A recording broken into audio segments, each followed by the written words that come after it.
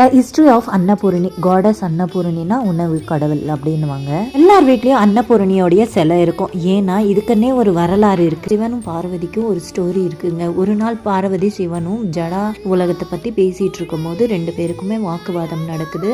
அப்போ சிவன் சொல்றாரு, இந்த உலகத்தில் சாப்பாடுன்றது ஒரு மாயை மட்டும்தான் அப்படின்னு சொல்றாரு. ஆனா பார்வதிக்கு ரொம்ப கோபம் வந்துட்டு, இப்ப பார்வதி தனக்கு தானே நினைச்சுக்கிட்டு, இந்த உலகத்துல நான் இல்லைன்னா எப்படி மக்களும் சிவனும் வாழ்றாங்கன்னு பார்க்கலாம் அப்படின்னு சொல்லி மாயமாயிடுறாங்க. எல்லா மக்களுக்குமே பஞ்சம் வந்துடுது சாப்பாட்டு மேல. அப்புறம் எல்லா மக்களும் தெய்வங்களும் போய் சிவன் கிட்ட பிச்சை எடுக்கிறாங்க. இந்த மாதிரி சாப்பாட்டுக்கு பஞ்சம் வந்திருக்கு, உணவு வேணும் அப்படின்னு சொல்லி. சிவன் ஒரு வழியை கண்டுபிடிக்கிறாரு. பார்வதி கிட்டே போய் பிச்சை எடுக்குவாரு. ஆனா பார்வதி வந்து அன்னபூரணி ரூபத்துல இருப்பாங்க. பூரணிக்கு 2 கோவில் இருக்கு. ஒன்னு காசில இருக்குது, இன்னொன்னு வரநாடு. வரநாடு த டெம்பிள் ஹிஸ்டரி ஆஃப் வரநாடு. இப்போ இந்த கோவிலோடைய ஹிஸ்டரி மட்டும் நான் பேசுறேன். எல்லா கோவில்லையும் சிலை, அம்மன் சிலை உக்காந்த மாதிரி தான் பாப்பீங்க. ஆனா இந்த கோவில்ல வந்து நிக்கிற மாதிரி தான் இருக்கும். இந்த அம்மனுடைய சிலை பாத்தீங்கன்னா ஃபுல்லா கோல்டுல தான் செஞ்சிருப்பாங்க.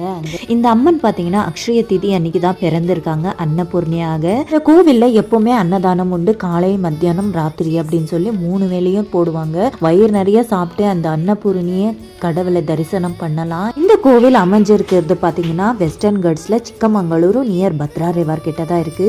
அகஸ்த முனிவர் அப்படின்றவங்க தான் இந்த வேலையை செஞ்சதாக ஒரு வரலாறு இருக்கு இந்த கோவிலுக்கு.